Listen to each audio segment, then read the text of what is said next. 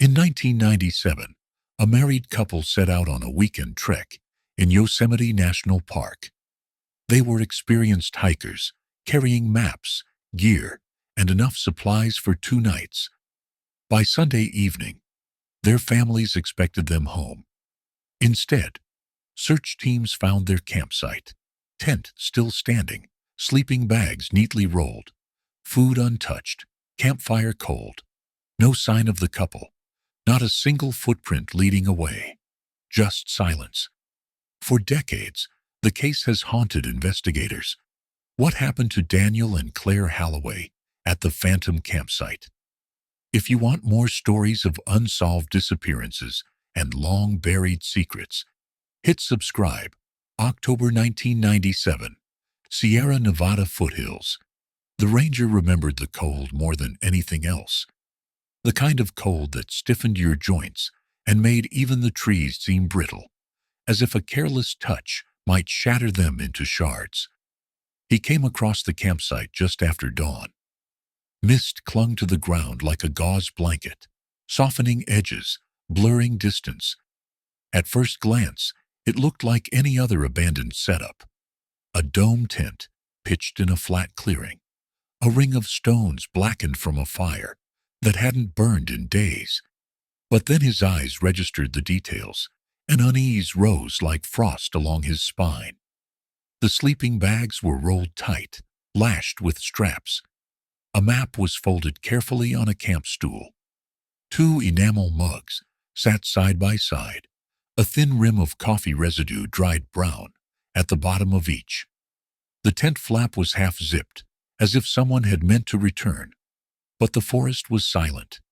He radioed it in, keeping his voice flat, professional, though the hair on his arms bristled. It wasn't just that the couple was gone. It was the orderliness of it. No overturned gear, no sign of struggle. Only the neat, almost reverent arrangement of belongings, as if the owners had been lifted gently from the earth and carried away. And in the years to come, when the photographs of that site circulated among armchair sleuths, journalists, and criminal profilers, the same phrase would be used again and again. It was as though they simply vanished. The first missing persons posters showed Daniel and Claire smiling on their wedding day, 5 years before the hike. Daniel in a tuxedo that fit his tall frame a little too loosely. Claire glowing in lace and satin, her auburn hair twisted into an elegant braid.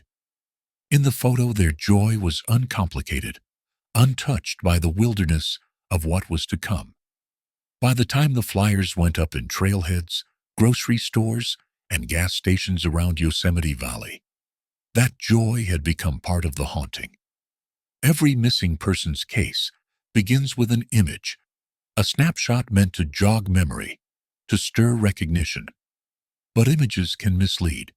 A marriage captured in still life does not reveal its fractures, its shadows, nor does it reveal how easily 2 people can vanish in a landscape vast enough to swallow whole lives.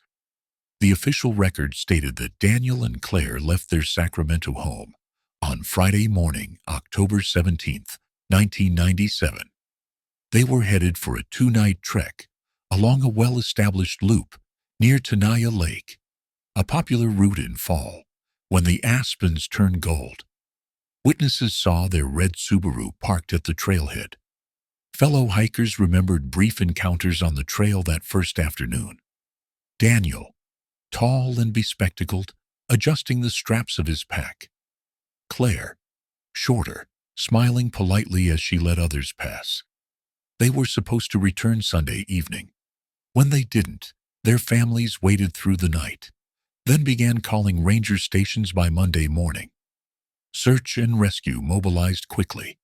Helicopters scanned ridges. Dogs traced scent trails that ended abruptly at the campsite. Nothing suggested a violent intrusion. No bear prints. No boot tracks other than their own. No blood. No torn clothing. Just absence.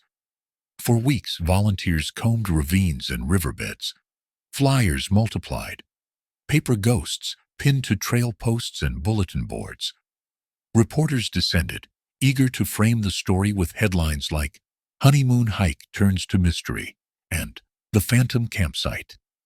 Years later, when the frenzy had died down, the site itself remained etched in the minds of those who had seen it. Former Ranger Jack Talbot, the man who first radioed it in, described how the coffee mugs unnerved him most. "They weren't knocked over," he recalled in an interview. "They were placed. Like whoever left them meant to be right back. I've seen plenty of careless campers, but this was different. Too deliberate became the key word. Because if the Halloways hadn't been dragged away by force, and no evidence suggested they had, then they had chosen to leave, together, without their gear, without telling anyone." And the question that echoed across decades was, why? By 2002, 5 years after the disappearance, the case file had swollen to fill 3 binders in the Mariposa County Sheriff's Office. Every theory had its advocates. Some believed Daniel and Claire had staged their vanishing, a joint escape from debts or secrets no one knew they carried. Others whispered about cult activity in the Sierra foothills, pointing to unsolved disappearances from the 1970s. A smaller, more paranoid circle fixated on the possibility of government experiments, referencing nearby military training areas where access was restricted. But no theory fit the facts cleanly. Daniel's bank accounts remained untouched.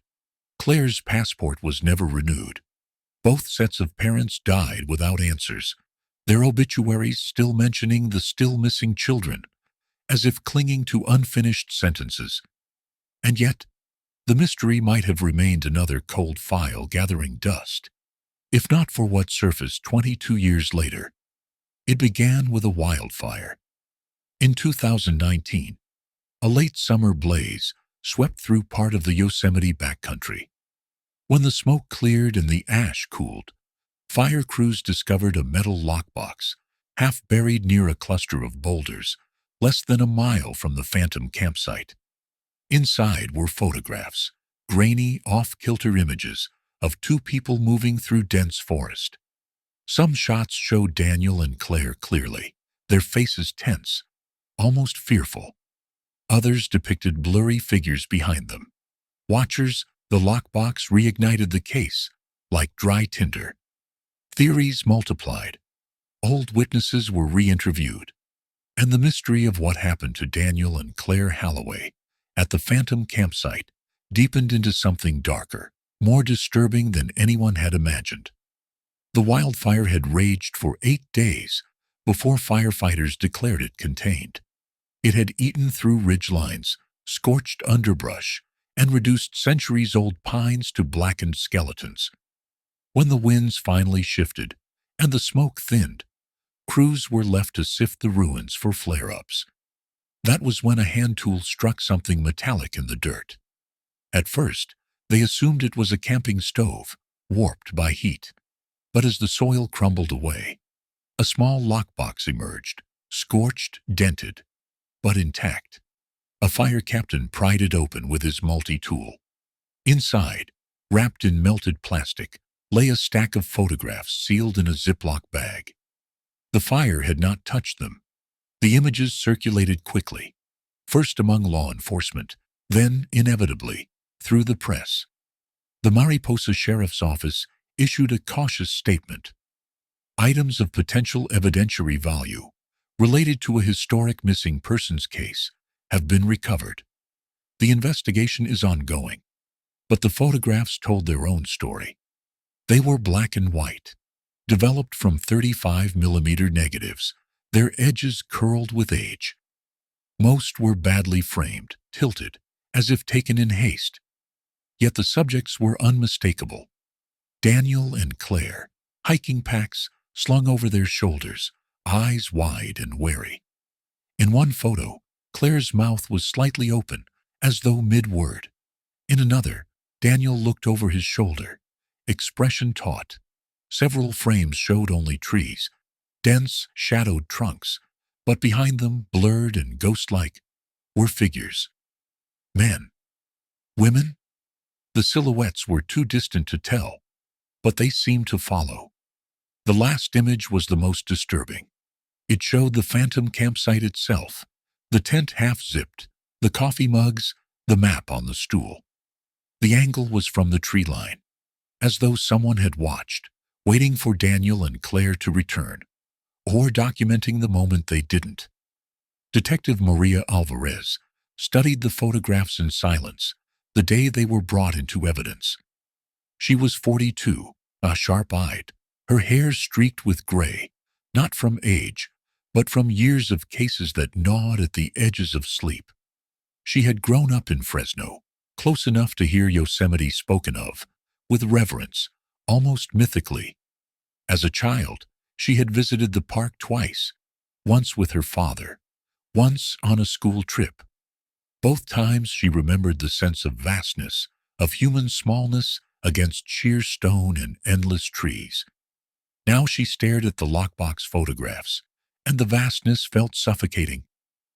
"These weren't in the original case file," she said, her voice low. The evidence technician shook his head. "Nothing like this was ever recovered." Then where the hell did they come from? Theories sprang quickly, almost reflexively. Someone had hidden them after the disappearance. A witness too afraid or complicit to come forward. Maybe one of the searchers who stumbled across evidence but chose silence. Or maybe the photographs had been planted years later. A cruel trick.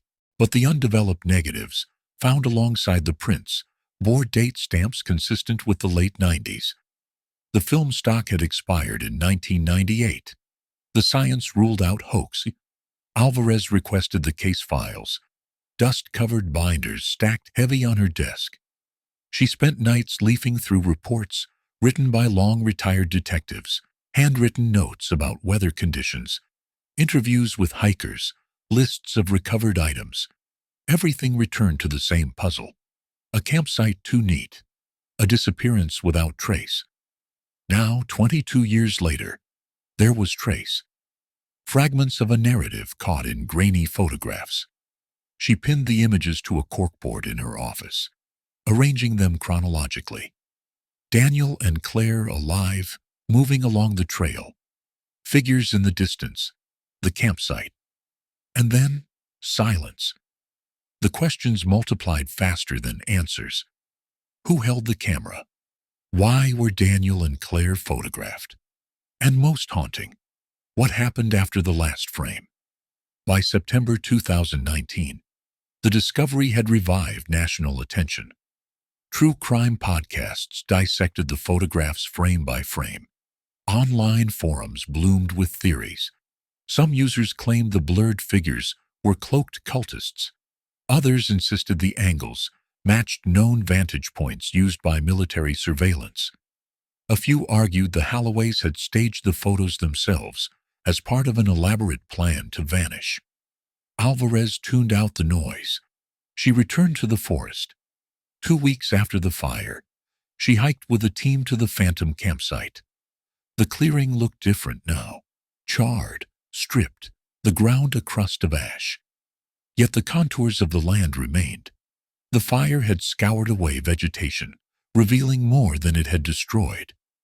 Near the campsite's edge, Alvarez noticed depressions in the earth. Faint outlines of holes, long since filled. Shovel marks, maybe. She crouched, running a gloved hand across the soil. "Over here," she called. The team dug carefully. Within an hour, they unearthed rusted tin cans, fragments of tarp, a spoon. Not unusual for old campsites, but deeper down, they found something else. A length of rope, its fibers hardened and blackened, knotted at both ends. Alvarez stared at it, unease curling in her gut. The photographs showed pursuit, the campsite showed absence. Now the rope whispered restraint. That night, back at her motel, she dreamed of the Halloway's tent, zipped halfway, waiting. In her dream, the flap lifted in the wind, But no one stepped out. Only silence pressed heavier until it felt alive. When she woke, her throat was dry, her pulse racing. She poured water from the bathroom tap and stood staring at her own reflection, pale and drawn. She had worked homicides, child abductions, gang retaliations, but something about this case gnawed deeper. It was the neatness, the order, not chaos, but control. And in the weeks that followed, as the investigation reawakened, Alvarez began to suspect that control was the key, that whoever had orchestrated the Halloway's disappearance had planned every detail, not just in 1997, but in how the truth would surface decades later. The lockbox had not been lost. It had been placed. Detective Maria Alvarez began with the witnesses who were still alive. Of the dozens interviewed in 1997, only a handful had direct contact with the Halloways on their final trek. 22 years later, some had moved out of state, some had died, and others claimed foggy recollections blurred by time. But one name in the file was underlined twice: Russell Green, search and rescue volunteer. He had been among the first civilians on the ground, scouring ridges near the Phantom campsite in those first frantic days. His report at the time had been vague. Covered northern slope, no trace. But a notation in the margin caught Alvarez's attention. Expressed unease about campsite. Green now lived in Merced, retired from construction. His house was a squat bungalow on a quiet street. When Alvarez knocked, he answered slowly. A man in his 70s, shoulders stooped, eyes sharp, despite the years. "Detective," he said after she introduced herself. "I wondered when someone would come back about that case." "Then you've thought about it," Alvarez replied. "Thought about it every damn week," he muttered, stepping aside. The living room smelled faintly of dust and tobacco. Old photographs lined the mantel, fishing trips, children long grown. Green gestured to a chair, then lowered himself onto the couch with a grunt. "You were at the site early on," Alvarez prompted. He nodded, gaze drifting. "Yeah, October 1997. I'll never forget it. I was supposed to be checking a ridge half a mile out. Came back through the clearing and—" He trailed off, shaking his head. "It didn't sit right." "In what way?" "The order of things," he said, echoing the word Alvarez herself had fixated on. "Most camps you find abandoned, there's a mess. Trash, wrappers, footprints leading off. This one was tidy. Too tidy. Like they were preparing for inspection." Alvarez leaned forward. "Did you mention this to investigators?" "I did," Green said. "Sheriff's deputy wrote it down, nodded, moved on. But there's something I never told them." Her pulse quickened. "What's that?" Green rubbed his hands together, as though warming them against a chill memory. "Night before we found the site, I was on a ridge above Tenaya Creek. Around midnight, I heard voices, not close, but carrying. Male voices, more than one. They weren't panicked, not like lost hikers. They were low, steady, like men working together. Did you see them?" "No, too dark. But I swear there was a lantern, moving slow through the trees. Why didn't you report this?" He looked at her, weariness in his eyes. "Because back then, everybody wanted the clean story. Tragic accident, couple wandered off. Nobody wanted to hear about shadowy men in the woods. They'd have called me a crank." Alvarez studied him. His voice carried no hint of embellishment. If anything, he seemed ashamed for keeping quiet. "Mr. Green," she said gently, "those photographs we found near the site, they show figures behind Daniel and Claire, possibly men." For the first time, fear flickered in his expression. "Then, I wasn't imagining it." They sat in silence a moment, the weight of 2 decades pressing between them. "Detective," Green said finally, "if you really want to know what happened, talk to Ranger Talbot. He saw more than he put in his report. Always said the case wasn't what it looked like. But he quit the service not long after. Moved up near Shasta. I heard Alvarez thanked him, left her card, and returned to her car. The autumn evening was settling in, casting the street in copper light. She sat behind the wheel, listening to the tick of the cooling engine, men in the woods, lantern light, and photographs of the couple being watched. The pieces weren't aligning yet, but the outline of something deliberate was emerging. That night, she pulled the case binders close again, cross-referencing Green's account with original witness statements. Most hikers recalled nothing unusual. A few remembered faint smoke at odd hours, but no one had spoken of voices. And Jack Talbot, the ranger who had discovered the phantom campsite, had filed only the basic narrative: tent, mugs, map, no sign of struggle. But one detail caught her: a note in the margin of his second report. "Will elaborate verbally." Had he? Or had his elaboration never been recorded? Alvarez stared at the line until her eyes blurred. Then she circled it in red ink. The next morning she placed a call to the retired ranger. It took 3 attempts before she reached him. His voice was gravelly, older than his 50s and the 90s would suggest. "I don't talk to reporters," he said flatly. "I'm not a reporter," Alvarez replied. "I'm with the sheriff's office. We've reopened the Halloway case." A pause. Then, "Took you long enough." "I'd like to meet," she said. "Hear what you never put in writing." Another pause. "If I tell you, you'll wish you hadn't asked." "I'm asking anyway."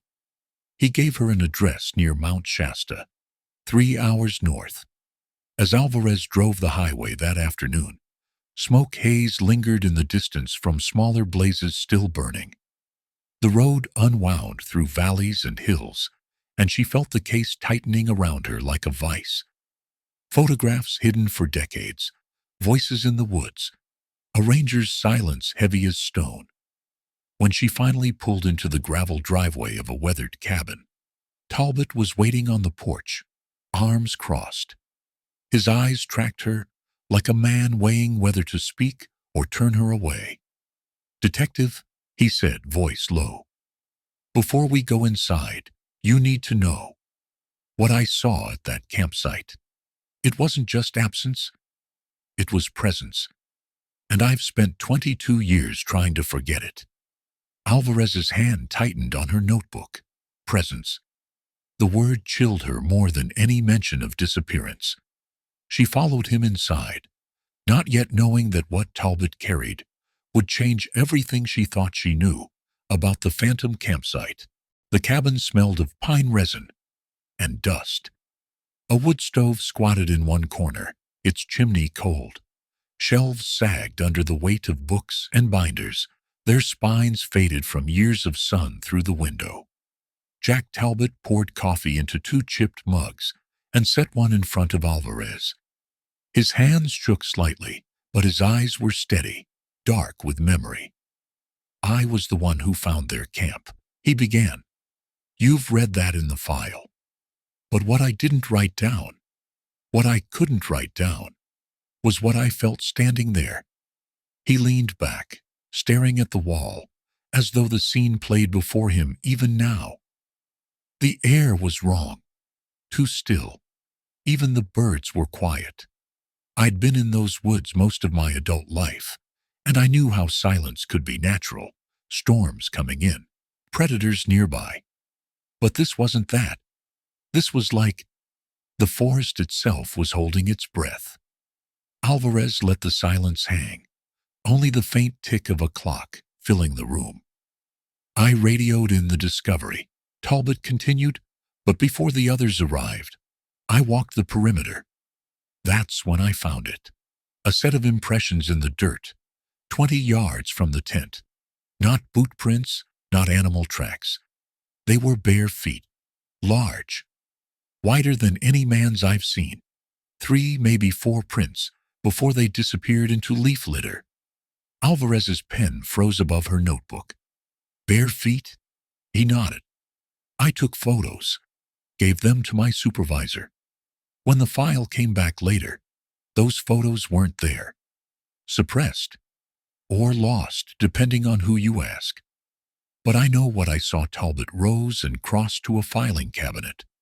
From the bottom drawer, he retrieved a worn envelope, its flap yellowed with age. He slid out a single Polaroid. The image was faint but clear enough. In packed earth, the outline of a foot, long, splayed toes, unusually wide. Alvarez felt her stomach tighten. It didn't look like a hiker's footprint. It looked primal. Why didn't you speak out? She asked quietly. Talbot laughed bitterly. Because I wanted to keep my job. Back then, you don't talk about strange footprints and missing campers in the same sentence. They wanted a narrative people could accept. Tragic accident. Couple got lost. Maybe fell in a ravine. Neat, clean. Not this. He sipped his coffee, the mug rattling against his teeth. But that wasn't the only thing. What else? Talbot's eyes narrowed. I stayed at the site overnight, before they rotated us out. Middle of the night, around 3, I heard it. A voice. Female. Calling for help. Alvarez's pulse quickened. Claire? That's what I thought. I grabbed my flashlight, followed the sound into the trees. But the farther I went, the more it shifted. First it was close, then distant, then it was behind me. Always just out of reach. I must have wandered a quarter mile before I realized the campfire glow was gone. I was alone in pitch black. The voice stopped. Dead silence again. I hightailed it back. Next morning, I didn't tell a soul. I figured exhaustion, tricks of the wind. But you don't believe that now. He shook his head slowly. After 22 years, I know when my mind's playing tricks. That wasn't it. Something was in those woods. Something watching Alvarez studied him. His voice was steady, but his hands trembled as though memory alone unsettled his body. And you never went back. Not after I quit the service, he said. I told myself I'd leave it behind.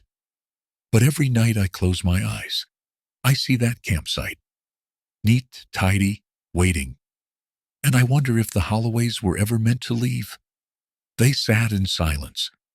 Outside, wind stirred the pines, branches brushing the cabin like fingers on glass. Alvarez finally spoke. Mr. Talbot, I need that Polaroid, and I need you to give a formal statement. He hesitated, then slid the photograph across the table. Statement, maybe. But if you reopen that place, be careful. Some disappearances aren't accidents. Some are taken. The words lingered long after Alvarez drove back south. In her motel room, she pinned the Polaroid beside the wildfire photographs. Bare footprints, figures in the trees, the Halloways looking back in fear. The narrative was no longer neat. It was a web. And the deeper she dug, the more it pulled at her own mind. That night she dreamed again. Of the campsite, the zipped tent flap. But this time when it lifted, Claire's voice called her name. Not help, not please, but Maria. She woke gasping, the echo lodged in her chest like a stone. The next morning, her phone buzzed with a call from evidence. Detective, the technician said. We processed the rope you recovered near the site. Fibers match manufacturing used in the late 90s, and he hesitated. We found hair tangled in the knot. Female. Long auburn. Claire Halloway's hair had been auburn. Alvarez stared at the motel wallpaper, her throat dry. For 22 years, there had been nothing but silence. Now the forest was speaking, through footprints, through rope, through whispers in old men's dreams. And it was telling her the Halloways hadn't simply vanished. They had been taken. The lab report sat heavy on Alvarez's desk. Rope fibers consistent with nylon cord, manufactured in the mid-1990s. Presence of auburn human hair. Length approximately 8 inches. Mitochondrial DNA sequencing incomplete, but probability of match. With Claire Halloway. High. The words pressed against her ribs like a weight. For decades, the Halloway's disappearance had floated in abstraction. Possibility, rumor, theory. But here was something tactile. Rope, hair, evidence that someone had bound Claire. It altered everything. The next logical step was family. Survivors often held the pieces that photographs and fibers could not. She drove west to Sacramento, where Claire's younger sister, Evelyn, still lived in the family's old neighborhood. The house was small, one story, its lawn trimmed with almost obsessive care. Evelyn opened the door cautiously, a woman in her late 40s, with tired eyes that had once been bright. She looked Alvarez over, then gave a curt nod. "You're here about Claire." It wasn't a question. "Yes," Alvarez said softly. "We've reopened the case. I'd like to ask you some questions, if you're willing." Evelyn led her inside. The living room was immaculate, shelves lined with porcelain figurines. A framed wedding photo of Daniel and Claire sat on the mantel. Claire's smile was radiant, but Alvarez, having seen the photographs from the lockbox, noticed how much younger, almost naive, that joy looked compared to her wary eyes on the trail. Evelyn poured tea, her hands steady but her gaze distant. "People always said they were perfect together," she murmured. "Daniel the steady professional, Claire the free spirit. But marriages are never perfect, detective. Not even theirs." Alvarez leaned forward slightly. "What do you mean?" Evelyn hesitated, as though deciding how much truth to release. "Claire confided in me the summer before they disappeared. She was restless. Said Daniel had become controlling. Not abusive, not physically, but watchful. He managed their money, planned their weekends, even picked what she wore sometimes. She joked about it, but I knew it bothered her." Alvarez noted the words carefully. "Did she ever mention wanting to leave?" A faint smile touched Evelyn's lips. Claire loved Daniel. But love can be suffocating when it turns into possession. She talked about wanting space. That's what she called it. Just space. Alvarez thought of the photographs, Claire looking over her shoulder, lips parted as though mid-sentence. Space, perhaps, was not what she found. "Did she have anyone else?" Alvarez asked gently. Evelyn's gaze dropped. "There was someone she talked to at her job. A coworker. Just lunches," she said. But her voice changed when she mentioned him. She exhaled sharply. "I told the original investigators. They dismissed it. Said hikers don't just vanish because of lunch with a coworker." "Do you remember his name?" Evelyn nodded. "Mark Jennings. He worked at the dental practice with Daniel. Alvarez wrote it down. The Halloway's marriage, once framed as idyllic, was showing its fractures, control, restlessness, perhaps secrets. But the rope still gnawed at her thoughts. Rope and hair were not the tools of marital tension. They were tools of restraint, of violence. Evelyn noticed her silence. "Detective, do you think she suffered?" Alvarez met her eyes. "We don't know yet. But I promise you, we're closer than ever." The words felt thin, but they were all she could give. After the interview, Alvarez drove to an industrial strip where the Halloway dental practice had once stood. The office was long closed, windows boarded, a for lease sign sun-faded in the grass. Yet the past clung to it. She pictured Daniel here in pressed shirts, steady hands, reassuring smiles. Claire visiting with lunch, exchanging glances with Mark Jennings. Perhaps more. She tracked Jennings through old employment records, He had relocated to Oregon, still practicing dentistry, 55 now. Married, 2 children. When she called his office, the receptionist hesitated before transferring her. "Detective Alvarez?" A male voice said, cautious. "Yes. I'm looking into the disappearance of Daniel and Claire Halloway." A pause. "After all these years, we've uncovered new evidence?" "I'd like to meet," Jennings agreed reluctantly, suggesting a cafe near his clinic. When Alvarez arrived, she found a man with thinning hair and rimless glasses, his posture defensive, even as he extended a hand. "I told police everything back then," he said quickly. "I'm not here to accuse," Alvarez said. "Just to clarify." Jennings stirred his coffee nervously. "Claire was kind, bright. We had lunch a few times, talked about books, travel. Nothing improper. She needed a friend. Daniel was intense." "In what way?" Jennings hesitated. "He kept a close watch on her. She'd joke that he read her checkbook like a crime scene. I think she felt trapped. But she loved him. She wasn't planning to run away with me, if that's what you're wondering."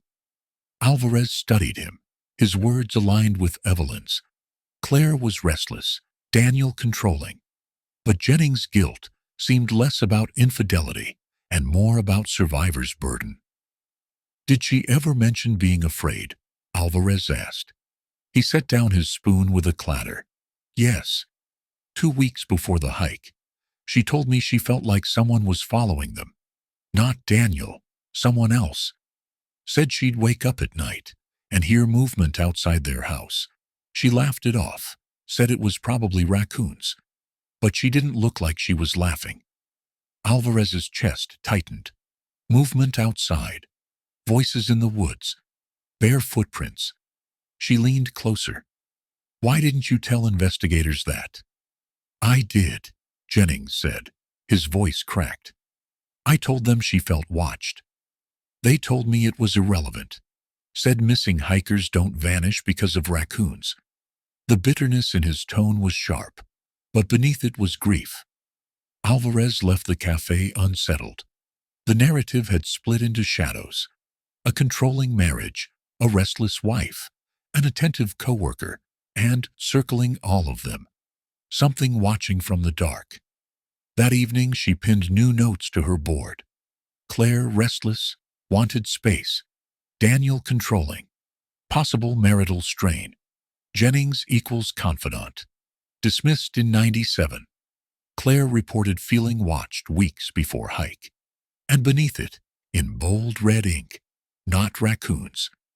As she stared at the board, her phone buzzed again, this time from the evidence lab. "Detective," the technician said, "we finished testing soil residues on the rope. You'll want to see this in person."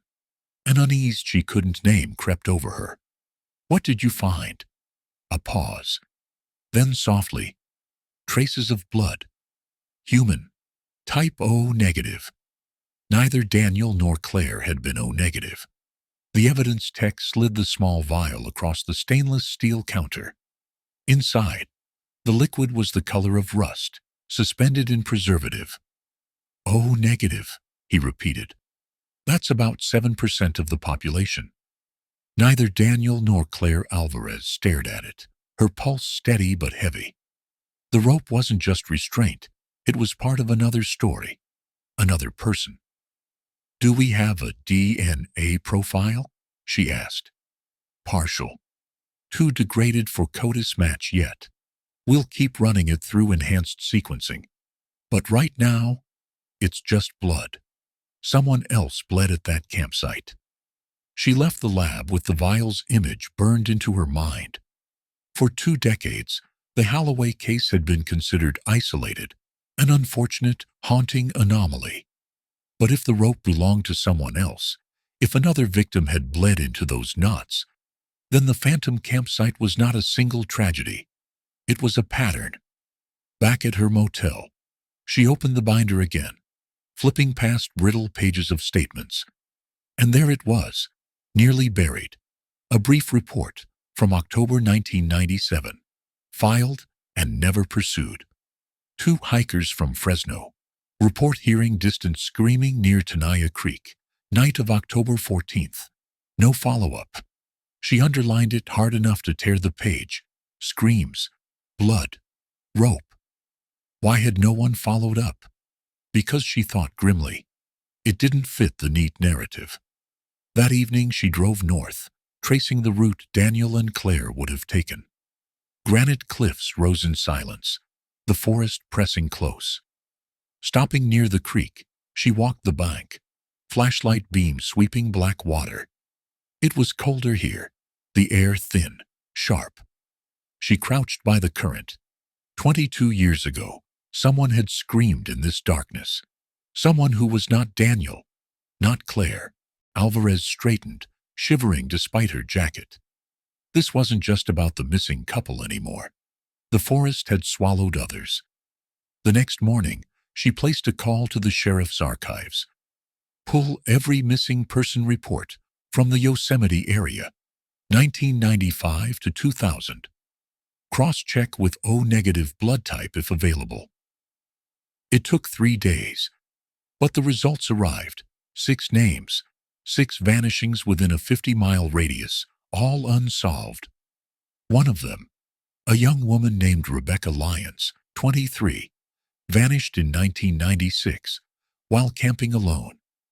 Her medical records listed O-negative blood. Alvarez stared at the page, the pieces sliding toward each other.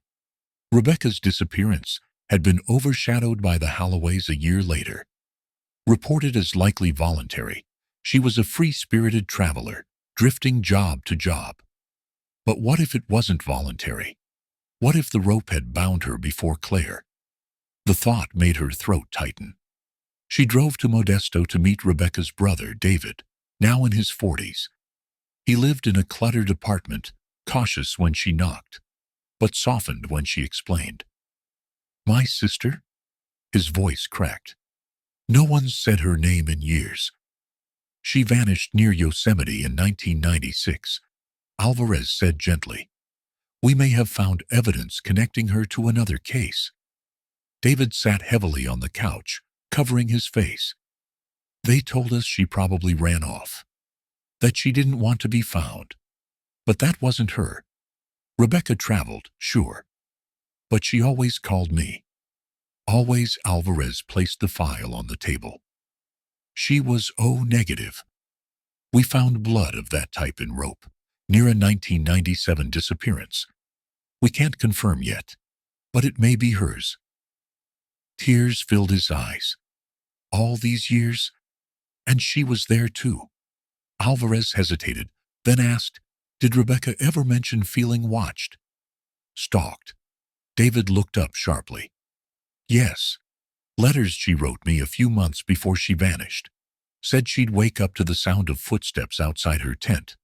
Thought it was animals. But one night she said she found cigarette butts by the fire ring. She didn't smoke." Alvarez's pen scratched furiously. "Do you still have those letters?" He nodded, disappearing into a bedroom. When he returned, he carried a shoebox of yellowed envelopes. He handed her one, postmarked July 1996. In looping handwriting, Rebecca had written, "Sometimes I think someone follows me from site to site. I see the same shadow when I look back on the trail. Maybe it's paranoia, but I feel watched." Alvarez exhaled. It was the same phrasing Claire had used, the same shadow, the same presence. Leaving Modesto, she pulled onto the highway, mind racing. It was no longer a single vanishing. It was a continuum. Rebecca in 1996, the Halloways in 1997, and perhaps others lost to the neatness of files, stamped closed. That night, unable to sleep, Alvarez laid the photographs, the Polaroid, the rope analysis, and Rebecca's letter across the motel bed. The timeline stretched before her. 1996, Rebecca Lyons, O-negative, rope, cigarette butts, feeling followed. 1997, Daniel and Claire, photographed, Watched, disappeared. 2019. Lockbox resurfaces. Rope unearthed. Blood identified. Not random. Not isolated. A hunter. Her phone buzzed close to midnight. Unknown number. She answered cautiously, a man's voice, raspy, low. Detective Alvarez. Yes. Who is this? Silence. Then, stop digging. The forest keeps what it takes. The line went dead. Alvarez froze. Phone pressed to her ear. Heart hammering. Whoever it was knew her name, her role, her investigation. She stared at the motel curtains drawn tight against the night. For the first time since reopening the case, fear pressed not only from the past, but from the present. The forest hadn't finished, and neither had whoever had taken Daniel, Claire, and Rebecca. The motel room was silent except for the faint hum of the air conditioner. Alvarez sat rigid on the bed, phone still in her hand, the voice replaying in her mind. Stop digging. The forest keeps what it takes. She replayed the call, listening for background noise. But there was nothing. No traffic, no birds, just the ragged breath of the speaker. Whoever it was knew how to vanish into static. The next morning, Alvarez drove straight to the sheriff's IT unit. The technician traced the call to a prepaid cell phone purchased in Reading, unregistered. No contract, no name. Burner. Could be anyone, the tech said. But the phone only pinged one tower, outside Mariposa. That's close to your site, close to the Phantom campsite. Alvarez felt her chest tighten. Whoever warned her wasn't distant. They were near, still circling the woods. She decided to drive the stretch of road near the Mariposa Tower herself. Pines crowded both sides, the asphalt cracked in places. A turnout overlooked a canyon. Beer bottles and cigarette butts scattered the gravel. She crouched by the ditch, gloved hands sifting. Among the refuse, her fingers closed on something cold. A lighter, scratched with initials. R.L. Back in her car, she logged it as evidence. The initials pulled at her memory. Hours later, flipping through the archive again, she found them. Raymond Locke. Locke had been questioned in 1997, a drifter who camped near Tenaya Creek the week of the Halloway's disappearance. No charges, no arrest, just a man passing through. The file noted he had vanished soon after, never returned for follow-up. Now his initials surfaced on a lighter 2 decades later, dropped near the tower that carried the threat. Alvarez called dispatch. Run Locke through DMV, prison, military, anything. I want his last known trace. The results returned quickly. Locke had served in the Army, discharged in 1994. No arrests, no driver's license renewals after 97. He had, for all practical purposes, vanished. Except someone carrying his lighter had called Alvarez last night. The possibility gnawed at her. Was Locke dead, his belongings passed to someone else? Or was he alive, still haunting the woods where the Halloways had vanished? That evening, Alvarez returned to her caseboard. The photographs pinned there, the couple in the clearing, the blurred figures behind them, seemed to shift in the motel lamplight. What if those figures weren't just random men in the woods? What if they were others, like Locke? She dug deeper into the file, cross-referencing names of campers questioned in 97. A pattern emerged. 6 drifters, all men, all living rough near Yosemite at the time. Of those, only 2 had stable addresses later. The others had disappeared. Not just hikers vanishing, campers, drifters, men without ties, slipping off the grid. A network? Or prey consumed by something larger? The thought pressed uneasily in her chest. Alvarez decided to visit one of the surviving names, Harold Meyer, last known drifter, now living in a halfway house in Stockton. Meyer was 60 now, gray stubble on a gaunt face. He recognized the name Halloway instantly. "You're still on that?" he rasped. "I told the cops back then." I didn't see nothing. Alvarez set the Polaroid footprint on the table. "You ever see prints like these?" Meyer's eyes flicked down. then away. His throat bobbed. "I seen worse?" "Tell me." He shook his head violently. "No, you don't get it. They're still out there. You start asking questions, you end up gone. Just like them. Who's they?" His lips trembled, eyes darting to the door as though someone might be listening. Not one man, more. Always more. Camps that look normal but aren't. Fires lit with no people around. Voices where there's no mouths. You leave it alone, detective. Leave it. Alvarez leaned closer, voice low. "Did you know Raymond Locke?" Meyer froze. For a moment, Alvarez thought he might bolt. Then he whispered, "Ray? Yeah, he was one of them." "One of who?" Meyer pressed a shaking hand to his mouth, then muttered through his fingers, "The Watchers." The word fell like a stone in the room. "The Watchers," Alvarez repeated. Meyer nodded, tears forming. "That's what we called them. Men who stayed deep in the woods. Not rangers, not campers, just there. Always there. They'd watch camps for days, then vanish. Ray was with them. Said they had a place no map showed. A camp inside the forest, older than the trails. Phantom campsite wasn't the first, detective. It was one of many. Alvarez felt a coldness spread under her skin. She pushed gently. "Where was this place?" Meyer shook his head. "No fixed spot. They moved, but always left something behind. A rope, a footprint, a photograph. Like calling cards, photographs." Alvarez's heart raced. Meyer leaned forward suddenly, gripping her wrist with surprising strength. "Don't go looking. If you see a camp too tidy, don't step in. Just walk away." His eyes, wild with memory, locked on hers until she pulled free. Driving back, Alvarez replayed the word in her mind. The Watchers.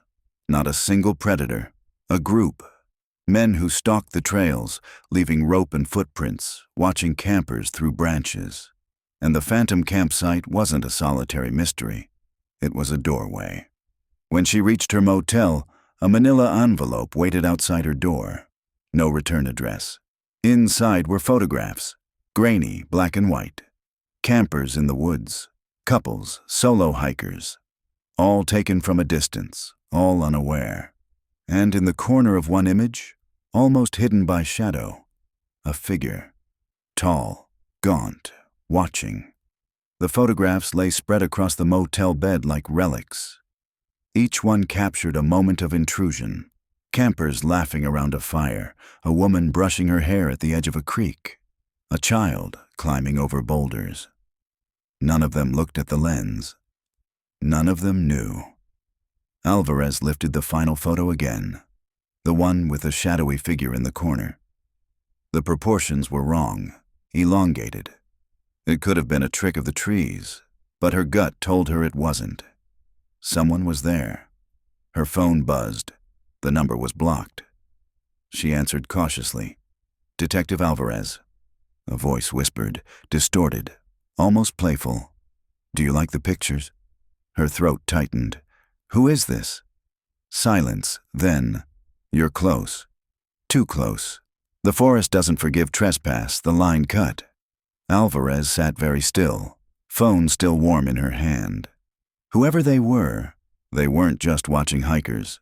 They were watching her. She drove the photos straight to the evidence lab. The technician adjusted his glasses, frowning. "These aren't Polaroids." "Different film stock. Late 90s, maybe early 2000s. Developed in a dark room, not commercial processing. Whoever took them did this themselves. Can you trace the paper?" He nodded. "Kodak discontinued this batch in 2004, but if I can match watermarks, I might narrow down distributors.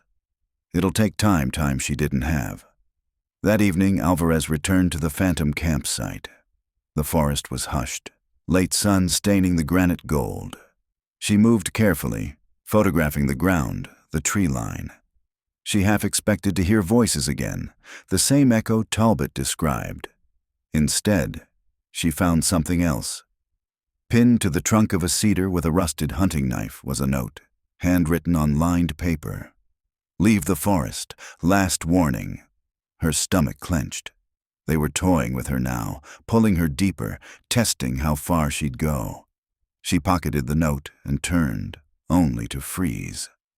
Across the clearing between two pines, a man stood, tall, lean, dressed in faded camouflage, his face obscured by shadow. For a breathless second, neither moved. Then he stepped back, vanishing into the trees. Alvarez ran after him, her boots pounding the dirt, branches whipping her arms. She glimpsed him again, 50 yards ahead, then gone. The forest closed around her, trails splitting in unfamiliar directions. She slowed, chest heaving, heart hammering against ribs. The woods were utterly still. He had vanished, as if the forest itself had swallowed him. When she returned to her car, a scrap of paper was tucked under the wiper blade. Another photograph. This one showed her, standing at the cedar tree minutes earlier, reading the pinned note. Her blood ran cold. They weren't just watching the past. They were watching her now, every step, every breath. That night she barely slept.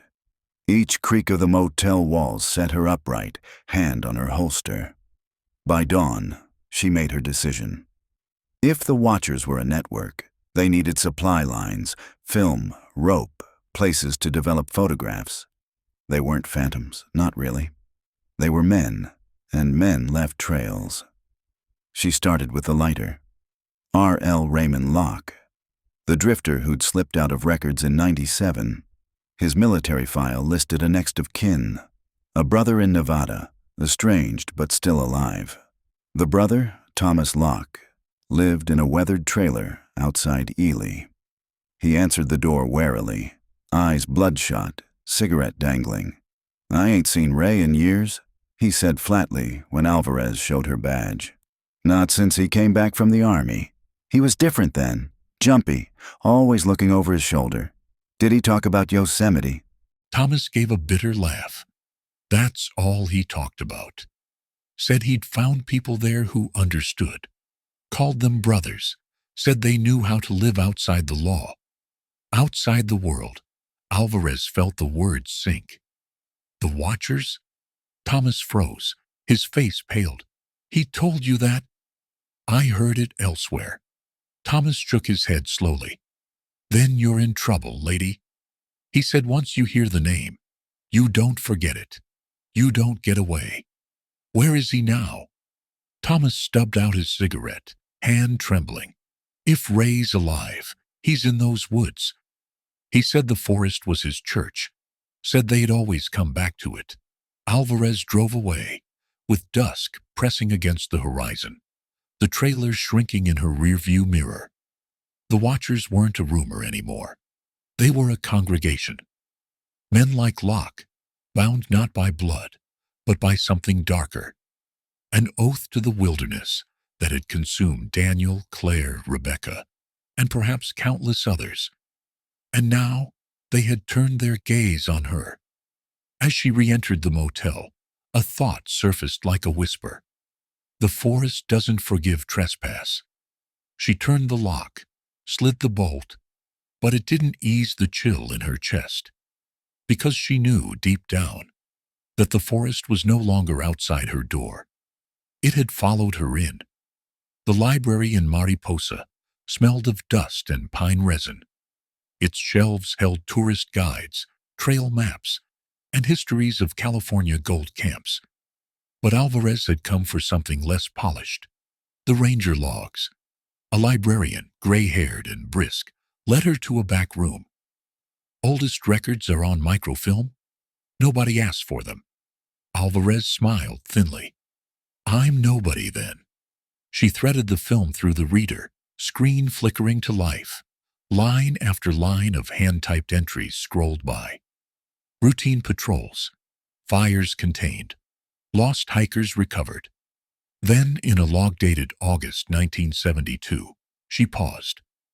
Report of unregistered camp near Tenaya Creek. Fires still warm. Site abandoned. Found cigarette butts, rope segments, footprints larger than average boot size. Patrol noted camp too orderly for casual hikers. Unsettling atmosphere. No suspects located. The phrasing snagged her. Too orderly. Exactly the way Meyer had described the watcher's sights. She kept reading. 1979. Two backpackers report feeling watched near Cathedral Lakes. Claim to have seen man standing between trees. Vanished when approached. 1985. Illegally erected blind discovered near Merced River. Overlook.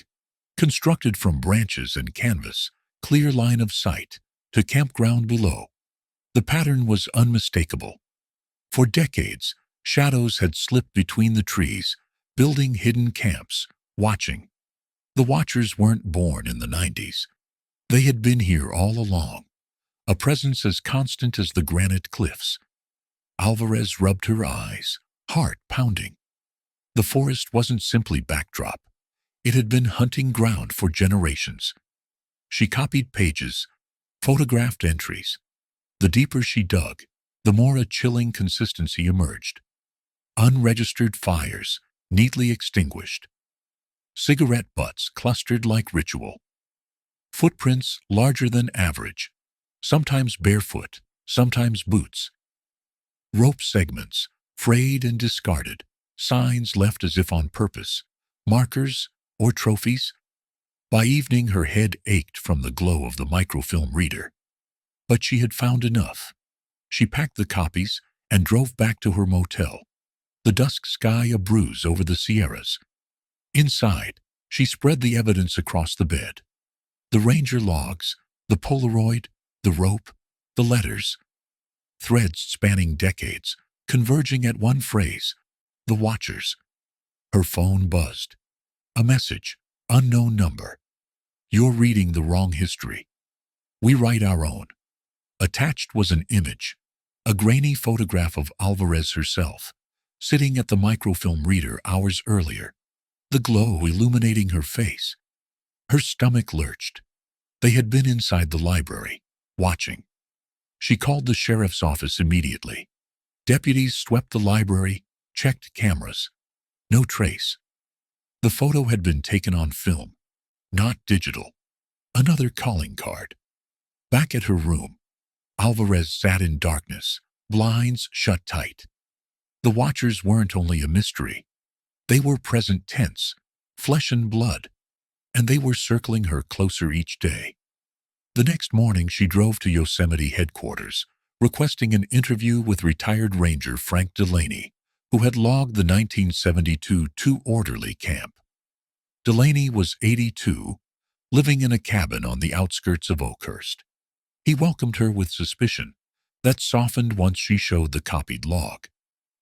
"You're the first in 50 years to ask me about that entry," he said, lowering himself into a creaking armchair. "What did you see?" Alvarez pressed. Delaney's gaze drifted. "It wasn't just the camp. It was the feeling. We came on it at dawn. Everything neat. Fire laid out like a textbook. Not a scrap of food. Not a careless boot print. Just deliberate. Like someone wanted us to find it. But not them." "Did you report it higher up?" He chuckled without mirth. "Of course. Supervisor told me to chalk it up to wilderness hermits. Every forest has its ghosts," he said. "But those weren't ghosts. They were men. Watching. I felt eyes on me the whole time. Did you see them?" Delaney hesitated. "One. Far back in the timber. Tall. Thin. Still as a post. I blinked, and he was gone. My partner swore I imagined it. But I know what I saw." Alvarez leaned in. "Do you believe they're still out there?" Delaney's lined face hardened. "Detective, the forest doesn't forget. You can clear trails, build lodges, herd tourists through. But the old things, the watchers, they stay. Always stay driving away." Alvarez couldn't shake his words. Always stay. The watchers weren't a myth born in the 90s. They were a lineage, a quiet, enduring presence that moved with the trees, always returning to the same places, leaving the same artifacts. And now, for the first time in decades, Someone was pulling their thread again. That night, Alvarez added a final page to her board. The Watchers equals generational. Pattern since at least 1972. Possibly longer. Pinned beneath it was the newest photograph. Herself at the microfilm machine. They had their history. And now, they were writing hers into it. The ranger logs had traced the Watchers back 50 years, but Alvarez's instincts told her the trail ran deeper, older. That suspicion hardened when a junior ranger named Julia Ortiz called her at dawn. "I think I found something," Julia said, voice low. "You told me to keep an eye out for sites that feel wrong. I was scouting east of Bridal Veil Creek yesterday. There's a cave, hidden. The fire ring inside is too clean. Too recent." Alvarez was in her car within minutes, the sky still violet with early light. Julia led her along a narrow deer path, branches clawing at their sleeves, until the slope broke open into a rocky overhang. The cave mouth yawned, dark and cool. Alvarez's flashlight beam cut across soot-stained rock, a circle of stones blackened by old fires. Around it, the dirt was swept smooth, as if someone had erased tracks. Her boots crunched against something brittle. She crouched, lifted it. A strip of film negative. Holding it to the light, she saw the faint outline of a figure sitting at a campsite table. Another photograph, undeveloped. Abandoned here. Julia hugged herself. Why would anyone leave film in a cave? Alvarez pocketed the strip. "Because this isn't a shelter. It's a dark room." She shone the beam farther. On the far wall, scratched into stone, were initials, dozens of them. Some neat, some jagged, carved over each other. RL 97, HM 85, JC 72. A roll call. "They signed their years," Alvarez whispered, marking who passed through. Near the back of the cave lay a box covered in dust. Inside were coils of rope, a rusted lantern, and envelopes filled with prints.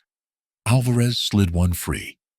The first photo showed Yosemite's south entrance, 1968, tourists in bright clothes, smiling at the sign.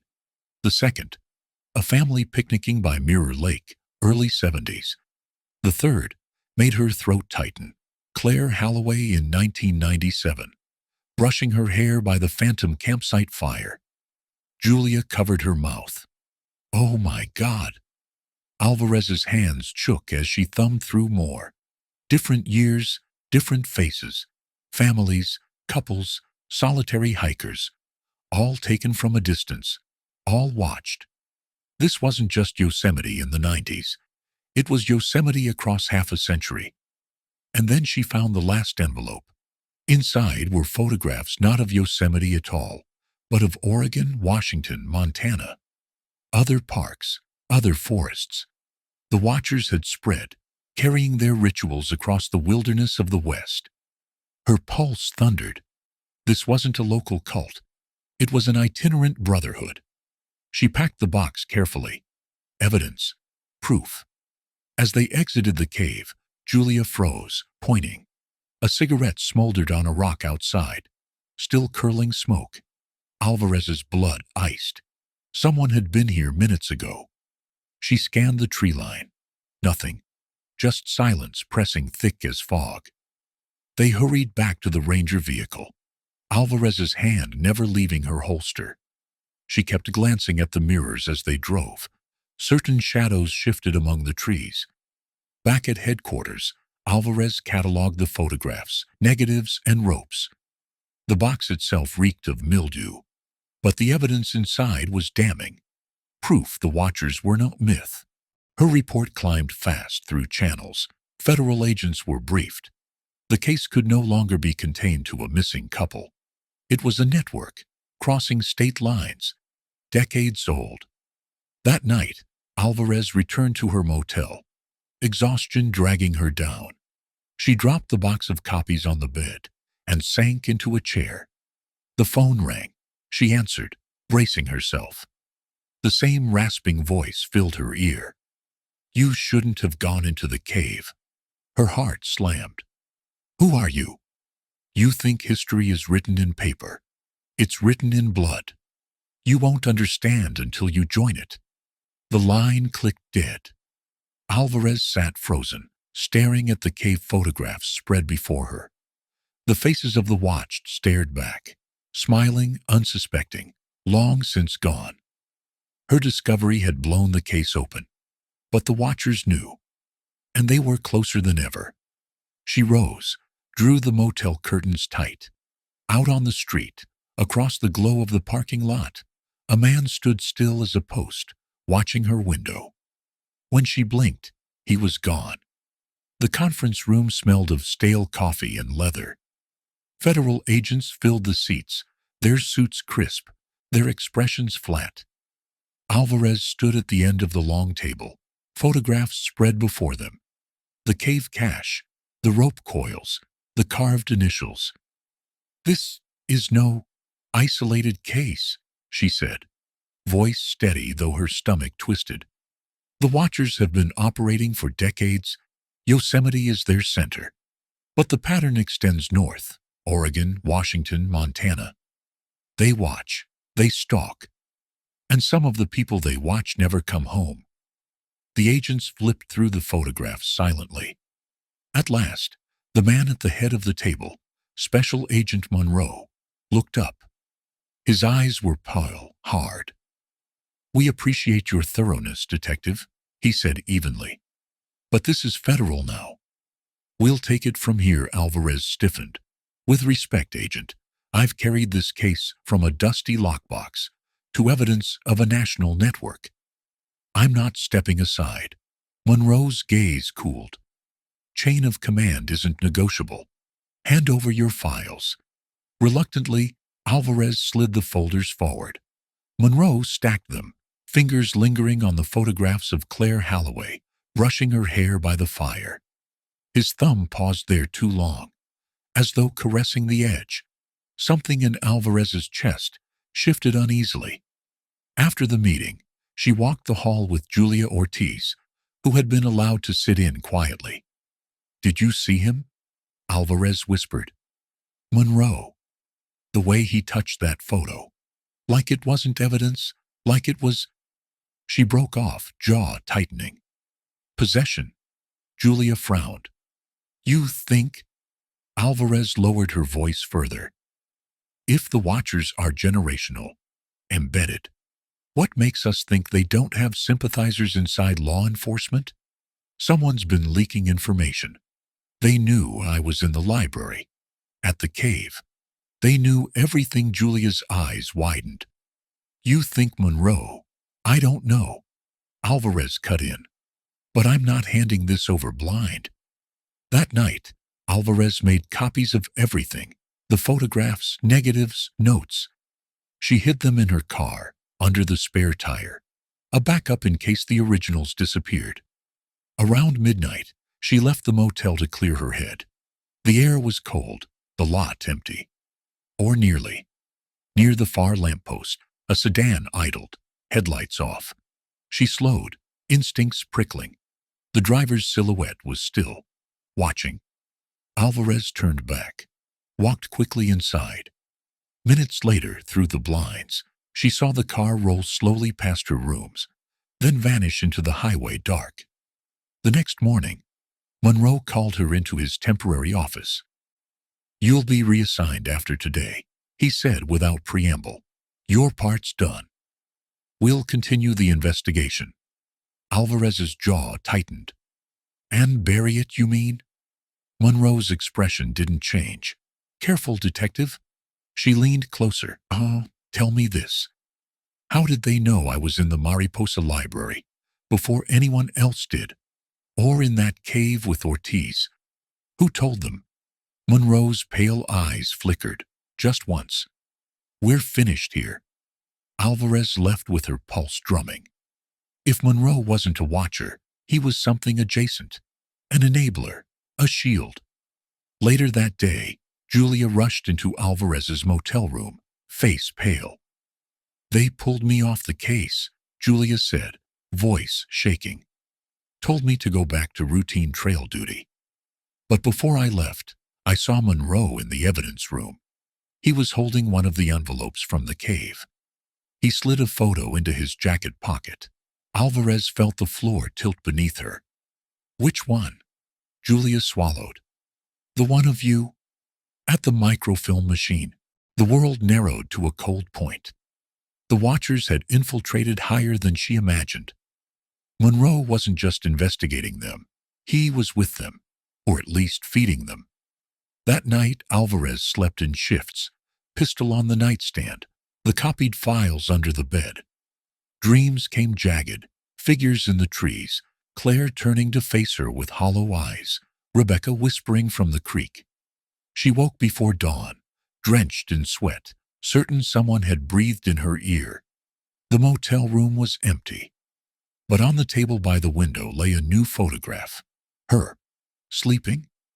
The sheets tangled, the band of her watch visible on her wrist. Her throat closed. She hadn't heard the shudder. She lifted the photo with trembling hands. At the bottom, scrawled in faint handwriting, "One of us." The photograph of herself asleep lay on the motel table like a curse. Alvarez didn't bother packing. She knew staying was impossible. Whoever could slip inside her locked room, take that shot, and vanish without a sound wasn't going to stop. She called Julia Ortiz. "I need you," she said simply. "One last time." An hour later, Ortiz pulled up in her Ranger truck. Her face was pale, her hands tight on the wheel. "I shouldn't even be here. Monroe's watching me. Monroe's watching both of us," Alvarez replied. "That's why we move now." They drove north toward Tenaya Creek, where the first Polaroid had been taken. The forest seemed to tighten around them, trees leaning in, branches knitting together, as though closing a gate. Alvarez carried only a flashlight, her service pistol, and the copies of evidence. She knew, without knowing why, that she would not return for the rest. They left the truck on a fire road and walked. The night air was sharp, every sound magnified. Twigs snapping, owls calling, water trickling over stone. Alvarez's nerves strained like wire. After 2 miles, Ortiz stopped. "Do you smell that?" Alvarez did. Smoke, thin, acrid, recent. They followed it until the glow of fire seeped between the trees. A clearing opened, and there it was. A camp too perfect, too symmetrical. Fire burning steady, ring of stones exact. Tents pitched in precise lines, no people in sight. The phantom campsite. But Alvarez knew it wasn't phantom at all. It was theater. She stepped into the clearing, pistol raised. "We're here." Her voice cracked the silence. "Show yourselves." For a long moment, nothing. Then figures emerged from the tree line. 5, 6, 7 of them. Tall, lean, faces obscured by hoods and shadow. They ringed the camp silently, forming a perimeter. Ortiz inhaled sharply. "Jesus!" Alvarez's voice was steady. "I know who you are. I've seen your trail back 50 years. The photographs, the rope, the cave." The watcher's one figure stepped forward. Taller than the rest, movements precise. When he spoke, the rasp was unmistakable. The caller. "You wanted truth. Here it is." He gestured, and 2 others brought something from the trees. A wooden box. They set it by the fire and opened it. Inside lay bones. Small. Human. Ortiz gasped, covering her mouth. The leader tilted his head. "You chase phantoms. We preserve history. The forest demands offering." Every generation pays. Alvarez's chest burned with rage. "Daniel Halloway, Claire, Rebecca Talbot. What did you do to them?" The leader spread his arms, as if embracing the night. "They live here now?" "As all do." From the shadows, another figure stepped forward. His hood slipped, and Alvarez's breath caught. Raymond Locke. The initials on the lighter, his face gaunt, eyes wild, lips curled in a fervent grin. She knows our names, he hissed. She's not an outsider anymore.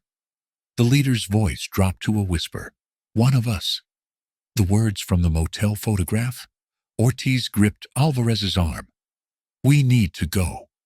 But Alvarez stood firm. No. We end this. She raised her pistol, leveled it at the leader. For the first time, the hooded circle shifted uneasily. The leader's head cocked. If you shoot, you'll never leave these woods alive. Alvarez's trigger finger tightened. But before she could fire, a beam of light cut through the trees. Sheriff's Department, drop your weapons.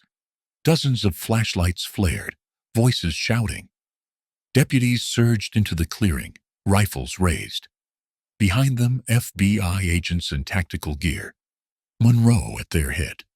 The watchers froze. Alvarez spun toward Monroe. You knew. But Monroe's face was unreadable. Stand down, detective. We'll take it from here. The leader laughed softly, lowering his hood. His face was pale, weathered. Not monstrous, just ordinary. You never take it, he said. You only carry it forward. Then, in a motion too quick, he tipped the fire pit. Flames spilled across the dry clearing. Smoke and sparks leapt into the night. The watchers scattered, vanishing between trees with inhuman swiftness. Shots cracked through the chaos. Deputies shouted. The forest erupted with noise. Alvarez lunged through smoke, chasing the leader. She caught a glimpse of his hood as he disappeared into the timber. She fired. The shot split the night. Silence followed. She ran forward, lungs burning. But the trees were empty. Only the forest remained. When dawn came, they had bones, ashes, and photographs. They had Raymond Locke in custody, muttering about offerings, eyes rolling like a zealot. But the leader and most of the circle were gone. Monroe oversaw the scene, his pale eyes lingering on Alvarez too long. You see, he said quietly, they'll always return. Alvarez stared at him, a shiver racing down her spine. She wasn't sure if he meant the watchers or himself. She looked back at the phantom campsite, smoke rising in thin columns. For the first time she understood. Some mysteries aren't solved.